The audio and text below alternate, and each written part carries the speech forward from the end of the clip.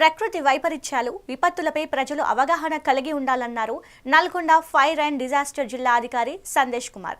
అగ్ని ప్రమాదాల నుండి రక్షణ నివారణకు వారంలో 5 రోజులు మాక్ డ్రిల్స్, సేఫ్టీపై శిక్షణ ఇవ్వమన్నారు. ఫైర్ సేఫ్టీ నిబంధనలు పాటించని వారిపై చట్ట ప్రకారం ఉక్కుపాదం మోపుతాం అంటున్న జిల్లా డిఎఫ్ఏఓతో మా ప్రతినిధి వెంకట్ ఫేస్ టు ఫేస్. చిన్నప్పుడు ఎదుర్కొనేలా ఫైర్ డిపార్ట్మెంట్ నేమ్ మారుస్తూ అదనపు బాధ్యతలు కూడా అప్పగించారు.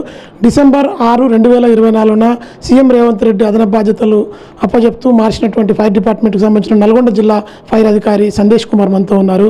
సార్ నమస్తే. నల్గొండ జిల్లాలో మొత్తం ఎన్ని ఫైర్ స్టేషన్లు ఉన్నాయి? మీకు తాజాగా SDRF యాడ్ చేశారు ఈ డిపార్ట్మెంట్కి. విధులు ఏ విధంగా ఉండబోతున్నాయి? సో మాకు నల్గొండలో వచ్చేసండి 5 ఫైర్ స్టేషన్లు: నల్గొండ, నకరేకల్, హాలియా, మిర్యాలగూడ, దేవరకొండ. ఈ 5 ఫైర్ స్టేషన్లలో ప్రతి ఫైర్ స్టేషన్లో ఒక వాటర్ టెండర్ ఉంటుందండి, ఒక మిస్ట్ బుల్లెట్ ఉంటుంది. సో దీంతో పాటు మాకు SDRF అనేది ఫామ్ చేయడం జరిగింది. SDRF గవర్నమెంట్ 10 ఎర్స్ట్వైల్ జిల్లాల్లో 10 బెటాలియన్లలాగా తయారు చేసిందండి. 100 మంది ఫైర్ సర్వీసెస్ నుంచి, 100 మంది పోలీస్ బెటాలియన్స్ నుంచి 200 మంది ఎర్స్ట్వైల్ జిల్లాలో ఉంటారండి. ప్రతి జిల్లాకి 200 మంది చొప్పున 2000 మందితో ఫామ్ చేయడం జరిగింది SDRF అనేది. ఇప్పుడు SLBC టన్నెల్కు మొన్న ఆల్రెడీ ప్రమాదం జరిగినప్పుడు కూడా 2 నెలల పాటు అక్కడ శ్రమించి వచ్చారు.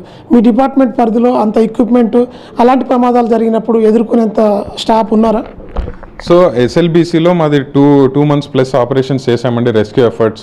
రెస్క్యూ ఎఫర్ట్స్కి కావాల్సిన సామాను మా దగ్గర సరిపోయేంత ఉంది. కానీ అక్కడికి వెళ్ళిన తర్వాత ఛాలెంజెస్ ఎక్కువ అనిపించి అప్పటికప్పుడు ప్రొక్యూర్ చేయడం కూడా జరిగిందండి.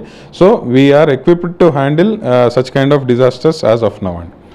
ప్రతి ఇంట్లో కూడా మహిళలు పొద్దున్నే స్టవ్ వెలిగించి కూడా గ్యాస్ స్టవ్ల దగ్గర పనిచేస్తుంటారు. వారికి అసలు గ్యాస్ పొయ్యికి సంబంధించినటువంటి పైపులు కావచ్చు, ఎక్విప్మెంట్ కావచ్చు, ఎన్ని రోజులకు ఒకసారి అది చెక్ చేసుకొని చేంజ్ చేసుకోవాలి? ప్రమాదాలు జరిగి ప్రాణాలు కాపాడుకోవాలంటే ముఖ్యంగా అసలు ప్రజలు తీసుకోవాల్సిన జాగ్రత్తలు ఏంటి? సో ఇప్పుడు మీరు అడిగిన సిలిండర్స్ పరంగా అండి, మనము అది ఎవ్రీ 6 మంత్స్కి ఒకసారి ఆ పైప్ అనేది, ట్యూబ్ అనేది చెక్ చేయించుకుంటూ ఉండాలండి. అది ఎప్పుడైనా ISI మార్క్ గ్రేడ్ అదే వాడాలి. ఎందుకు అంటే మనం ఆ ట్యూబ్ కార్నర్స్ అనేవి బెండ్ అయిపోవడం వల్ల అక్కడ చిన్న చిన్న క్రాక్స్ వచ్చేస్తాయి. తెలియకుండానే మనకు చిన్నగా గ్యాస్ లీక్ అవుతూ ఉంటుంది. తెలియక అక్కడ ఏదైనా స్పార్క్ ఏదైనా కానీ, ఏదైనా ప్లగ్ వేసినా కానీ, ఏదైనా స్విచ్ వేసినా కానీ మనకు అది పేలడానికి అవకాశం ఉంటుంది. తర్వాత ఎప్పుడు కిచెన్స్ అనేవి వెల్ వెంటిలేటెడ్ ఉండాలండి. ఎప్పుడు కిటికీలు, డోర్లు తీసి పెట్టాలి, ఎస్పెషల్లీ వంట వండే సమయంలో. తర్వాత మనం ఆ స్విచ్చెస్ అనేవి కొద్దిగా, అది కూడా ఎలక్ట్రిసిటీ రిలేటెడ్ ఫైర్స్ కూడా ఎక్కువ అవుతుంటాయి కాబట్టి ఎవ్రీ 2-3 ఇయర్స్కి ఒకసారి ఎలక్ట్రిసిటీ బోర్డ్స్ కూడా మనం చెక్ చేయించుకుంటే మంచిది. ఫైనల్గా చెప్పండి, హైదరాబాద్ తరహాలో ప్రమాదం జరిగి మొన్న దాదాపు 15-20 మంది చనిపోయారు. అలా చనిపోకుండా ఉండాలంటే ప్రజలకు ఏం జాగ్రత్తలు చెప్తారు? అసలు చనిపోయేది మంట వల్ల చనిపోయారా, పొగ వల్ల చనిపోయారా? ఏం సేఫ్టీ తీసుకోవాల్సింది ఫైర్ ఎప్పుడైనా జరిగినప్పుడు? సో ఎప్పుడైనా ఫైర్ జరిగినప్పుడు అండి, మెయిన్గా మంటల్లో పడి మనకు ఇంజురీస్ అయ్యేదానికన్నా 2 విషయాల్లో మనం చాలా జాగ్రత్తలు తీసుకోవాలండి. పొగ పీల్చడం ఒకటి, తర్వాత స్టాంపేడ్, కంగారు పడి అవ్వడం ఒకటి. సో పొగ అనేది ఎప్పుడు పీల్చినా కానీ మనం అస్ఫిక్సియేషన్ అవుతుందండి.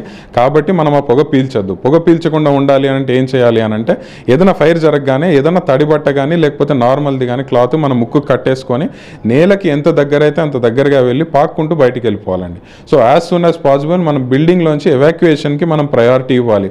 మనదేదో సామాన్ ఉంది, మనదేదో బట్టలు ఉన్నాయి, మన ఏవో పేపర్లు ఉన్నాయి, అవి తీసుకొని వెళ్దాం అనుకుంటే ఆ ఇనీషియల్ ఫ్యూ మినిట్సే మనకు క్రూషియల్. ఆ టైంలో పొగ తక్కువగా ఉంటుంది కాబట్టి మనం తొందరగా బయటపడే అవకాశం ఉంది. ఒక్కసారి బయటికి రాగానే మన ఫస్ట్ కాల్ అనేది 101కి చేయాలండి. మేము వస్తే మేము దాన్ని పుట్ ఆఫ్ చేస్తాం. అంతేగాని మీరు దాన్ని కంట్రోల్ చేద్దామనే ప్రయత్నంలో అది పెద్దగా అయిన తర్వాత మాకు ఫోన్ చేసినా కానీ, మాకు వచ్చినా కానీ మళ్ళీ అదే టైం పడుతుంది. ఫర్ ఎగ్జాంపుల్ ఇప్పుడు గుల్జార్ హౌస్ ఫైర్ తీసుకుంటే 5:15కి తెల్లవారుజామున ఫైర్ అయితే మాకు 6:16కి ఫోన్ చేశారు. 1 నిమిషం దాటిన తర్వాత మాకు ఫోన్ వచ్చింది. అప్పటికి ఫైర్ మొత్తం బిల్డింగ్ అంతా కమ్మేసింది. సో ఆ పొగ కానీ అదంతా కానీ ఎక్స్ట్రాక్ట్ చేయడానికి మాకు కొద్దిగా టైం పడుతుంది.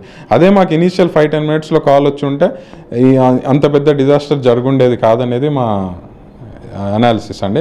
సో ఏదన్నా ఇనీషియల్ ఫ్యూ మినిట్సే క్రూషియల్ కాబట్టి అప్పుడే మాకు ఇంటిమేట్ చేయండి, మీరు బిల్డింగ్ నుంచి బయటకు వచ్చేసేయండి. ఈ 2 చేయడం వల్ల మనం చాలా మటుకు నష్టాన్ని నివారించవచ్చు. కొత్తగా ఫైర్ స్టేషన్కి సంబంధించినటువంటి గైడ్లైన్స్ని కూడా మార్పు చేస్తూ తెలంగాణ రాష్ట్ర ప్రభుత్వం ఇక సివిల్ డిఫెన్స్, అదేవిధంగా స్టేట్ డిజాస్టర్ ఫోర్స్ని కూడా ఈ డిపార్ట్మెంట్కి యాడ్ చేసింది. ప్రజలు ఖచ్చితంగా అప్రమత్తంగా ఉండాలి. ఫైర్కి సంబంధించినటువంటి అన్ని అనుమతులు లేకుండా ఏ భవనాలను కూడా నిర్మించొద్దని చెప్పి అయితే ఫైర్ ఆఫీసర్ చూస్తున్న పరిస్థితి ఉంది.